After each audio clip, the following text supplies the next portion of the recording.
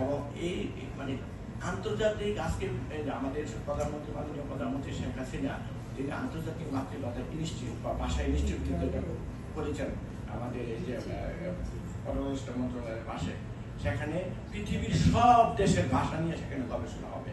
তো আপনারা যারা বাংলাদেশের লোক এখানে উপস্থিত আছেন, আপনাদের কাছে আমার অনুরোধ, আপনারা বাংলাদেশের একজন দূত হিসাবে, আর আপনারা এখানে যারা উপস্থিত আছেন প্রত্যেকে কিন্তু মেধাবী, বাংলাদেশের মেধাবীদের মধ্যে আপনারাই মেধাবী হিসাবে কিন্তু এখানে এসেছেন।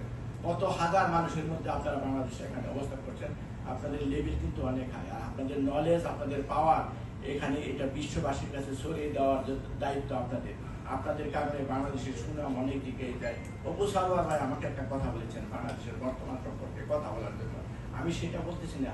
মানে একটা যে আমাদের দেশের গণতন্ত্র নিয়ে অনেক কথা আছে, কিন্তু আমাদের গণতন্ত্রের চর্চা এমন একটা পর্যায়ে এখন আছে, একটা আজকে এই বছর যে নির্বাচন হইল, মানে এই বছরের মতো নির্বাচন আমি আমার জীবনে দেখি নাই। আমি একটা মানে উদাহরণ হিসেবে বলছি, যে এই কারণে বলছি যে যেহেতু সময় কম, মানে আমার ভাই শহীদ আসন্ন মাস্টারের সন্তান জাহিদ হাসান রাসেল, সে 3 বারের এমপি ছিল, কিন্তু এই যে মোজাম্মেল আজ আকামা মোজাম্মেল মুক্তিযুদ্ধ বিষয়ে বলছি, তিনি আমার কাজে হন। আমি এটা এই কারণে বলতেছি যে এবারে নির্বাচনটা প্রধানমন্ত্রী শেখ হাসিনা এত সুষ্ঠু এবং মানে এমন ভাবে করেছে, এটা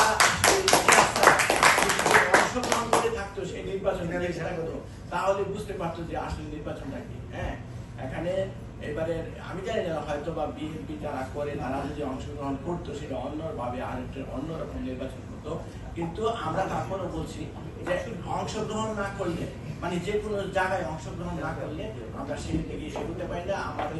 আমার ছুটি, আমি আসলে বক্তব্য একটা সংক্ষিপ্ত সময়ের মধ্যে আমি গুছায় বলতে পারি নাই, কথা বলতে পারি নাই, আমাকে ক্ষমা করবেন।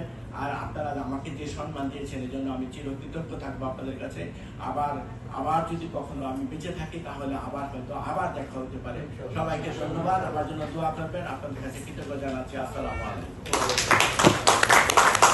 অসংখ্য ধন্যবাদ।